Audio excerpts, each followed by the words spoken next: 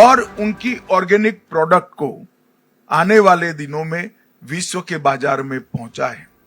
भारत सरकार ने north east में पहले हर राज्य में 3 और आसाम जैसे राज्य में हर जिले में 1 ऑर्गेनिक सर्टिफिकेशन लैब प्रस्तापित करने का निर्णय लिया है, जिसके माध्यम से भूमि और कृषि उत्पाद दोनों का विश्वसनीय ऑर्गेनिक सर्टिफिकेशन होगा। भारत ब्रांड ऑर्गेनिक प्रोडक्ट वो लॉन्च कर दिया गया है और वो ब्रांड के साथ ये विश्व के बाजार में जाएगी। 2 कोऑपरेटिव ब्रांड्स लॉन्च हुए हैं, अमूल कोऑपरेटिव और भारत कोऑपरेटिव, जिसके माध्यम से हम विश्व भर में हमारी ऑर्गेनिक प्रोडक्ट को पहुंचाएंगे। कनेक्टिविटी के लिए जो कुछ करना बाकी है वो हमारी प्रायोरिटी का विषय है और मैं भारत सरकार की ओर से आपको आश्वस्त करना चाहता हूं कि आईटी की कनेक्टिविटी यहां पर बहुत अच्छे तरीके से हो जाएगी और फिर यहां पर सॉफ्टवेयर निर्माण के लिए भी एक बहुत बड़ा पोटेंशियल यहां पड़ा है। नई उद्योग नीति बहुत लुक्रेटिव है, देश भर से उद्योग हम ला पाए इसी है, इसका हमने फायदा उठाना चाहिए। मिशन पाम ऑयल ये नॉर्थ ईस्ट के सभी राज्यों के विकास का एक बहुत बड़ा रास्ता बनने की संभावनाएं मिशन पाम ऑयल के अंदर पड़ी है। देश के अंदर तिलहन का उत्पादन कम है, हम अभी भी एडिबल ऑयल के क्षेत्र में आत्मनिर्भर नहीं है। ये मिशन पाम ऑयल ही हमें आत्मनिर्भर कर सकता है और इसके लिए गुजरात में कुछ जगह टिश्यू कल्चर के प्रयोग भी हो रहे हैं, जो पर्याप्त मात्रा में ज्यादा प्रोडक्ट देने वाले पाम के पौधों का निर्माण भी करेंगे और यहाँ पर देने का काम भी करेंगे और किसानों को क्रूड पाम ऑयल के मूल्य पर 2% डिफरेंशियल देने का भी भारत सरकार ने आयोजन करा है। अब तक पूर्वोत्तर क्षेत्र में 10 नई तेल मिलों का विकास करने का प्रस्ताव है। मुझे लगता है कि ये हमें फायदा कराएगा। सुरक्षा के क्षेत्र में हमने मल्टी डायमेंशनल अप्रोच यहाँ पर अपनाया है।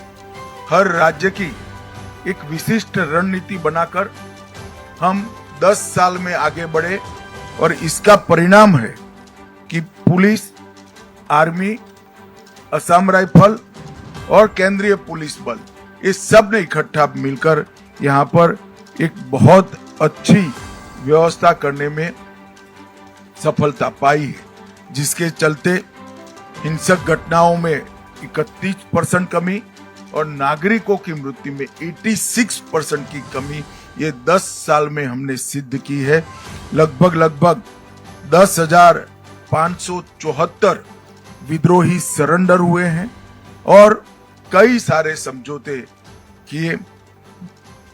NLFD का समझौता 2019 में किया, ब्रू समझौता 2020 में किया, बोडो समझौता 2020 में किया, कार्बी समझौता 2021 में किया, आदिवासी समूहों के साथ समझौता 2022 में किया, DNLA समझौता 2023 में किया, UNLF शांति समझौता 23 में हुआ, उल्फा शांति समझौता 23 में हुआ, त्रिपुरा समझौता 24 में हुआ, NLFT और ATTF का समझौता 2024 में हुआ। इसके साथ साथ आसाम मेघालय अंतर्राज्यीय सीमा समझौता और आसाम अरुणाचल अंतर्राज्यीय सीमा समझौता भी हुआ। इसके कारण पूरे नॉर्थ ईस्ट के अंदर शांति प्रस्तापित करने का हमें बहुत सफलता मिली। मैं एक विशिष्ट बात पर भी आपका ध्यान आकृष्ट करना चाहता हूं। हमने भारत को नशा मुक्त करने का एक अभियान लिया है। मैं मानता हूं कि नॉर्थ ईस्ट की इसमें विशिष्ट जिम्मेदारी है, क्योंकि नारकोटिक्स का आने का एक प्रमुख रास्ता नॉर्थ ईस्ट के राज्यों के होकर जाता है। काफी कुछ हुआ है, मैं इससे कोई ऐसा नहीं मानता कि काम नहीं हुआ है। विगत 6 सालों के अंदर काफी कुछ काम हुआ है, मगर हमारी गति पर्याप्त नहीं। मेरा आग्रह है सभी मुख्यमंत्री और राज्यपालों से कि आप सभी लोग हमारी जो जिले की निगरानी समिति बनाई है, उसको कितनी बैठकें जिला लेवल पर होती है उस पर पूरा बल दीजिए, उसको मॉनिटर करिए और नॉर्थ ईस्ट को पूरे भारत के लिए नारकोटिक्स के रास्ते का जो कलंक लगा है वो कलंक को हमें मिटाना चाहिए।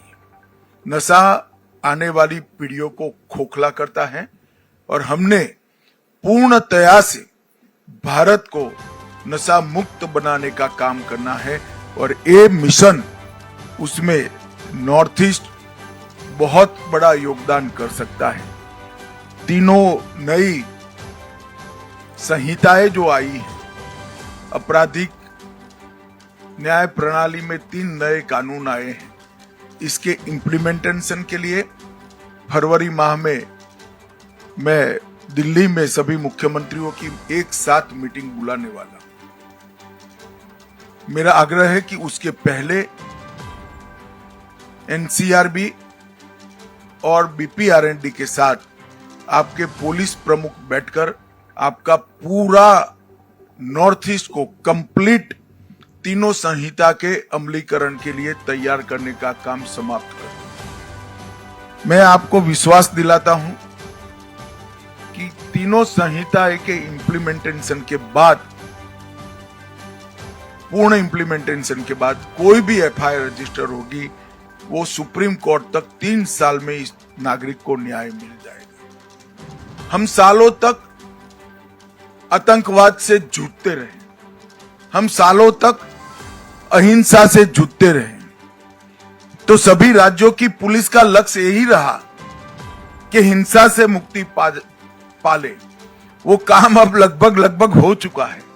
अब समय आ गया है कि नॉर्थ ईस्ट को भी, नॉर्थ ईस्ट के हर नागरिक को संविधान ने दिए हुए अधिकार मिले, उसकी संपत्ति के रक्षण का अधिकार मिले, इसके सम्मान के संरक्षण का अधिकार मिले और उसके परिवार के संरक्षण का अधिकार मिले, जो ये 3 संहिताओं में। अब समय आ गया है नॉर्थ ईस्ट के पूरी पुलिस का कल्चर बदलने का, इसकी दिशा बदलने का। यहां शांति हो चुकी है, अब हमारा ध्यान उग्रवादी जुथों के साथ मुठभेड़ की जगह नागरिकों को उनके अधिकार मिले, इसकी और पूरे सभी राज्यों के गृह मंत्रालय का ध्यान डाइवर्ट करना पड़ेगा। इसके लिए नॉर्थ ईस्ट के हर राज्य की पुलिस के अप्रोच के अंदर, ट्रेनिंग के अंदर और फोकस के अंदर, तीनों के अंदर परिवर्तन करने की जरूरत है। परंतु इसकी पूर्व शर्त है कि ये तीनों संहिताओं का कंप्लीट इंप्लीमेंटेशन नॉर्थ ईस्ट के राज्यों के साथ अंदर हो जाए। मेरे सभी राज्यपालों से विशेष आग्रह है कि आप स्वयं इसका मॉनिटर करिए, क्योंकि नागरिकों को एफआईआर करने से न्याय मिलता है, ये भाव नॉर्थ ईस्ट में खड़ा करना बहुत जरूरी है। क्योंकि नॉर्थ ईस्ट पुलिस का पूर्ण फोकस 4 दशक तक इंसर्जेंसी के साथ लड़ने में रहा है। अब इंसर्जेंसी नहीं है, तब नागरिक के अधिकारों को हमने प्रस्तापित करना चाहिए। मैं फिर से रिपीट करना चाहूंगा, पुलिस की ट्रेनिंग, पुलिस का फोकस, ये दोनों हमें बदलना पड़ेगा, तभी जाकर हम संविधान दत्त अधिकार जो पूरे देश के नागरिकों को मिले हैं वो नॉर्थ ईस्ट के नागरिकों को दे पाए। पीएमडीआई अब तक 6600 करोड़ रुपए की योजनाएं हैं। नागालैंड और कुछ योजनाएं एकदम पाइपलाइन में है। मुझे पूरा भरोसा है कि 6600 करोड़ से हम कुछ ही महीनों में 9000 करोड़ तक पहुंच जाए। ये हमारे लिए बहुत बड़ी उपलब्धि है। सड़कें, विद्युत परियोजनाएं, शिक्षा परियोजनाएं, स्वास्थ्य परियोजनाएं, खेल का इंफ्रास्ट्रक्चर और टूरिज्म की परियोजनाएं, ये मिलाकर लगभग 111 से ज्यादा परियोजनाओं ने पूर्वोत्तर के विकास के लिए ढेर सारा काम किया है। 14-15 से हमारे बजट में 153% की वृद्धि हुई है।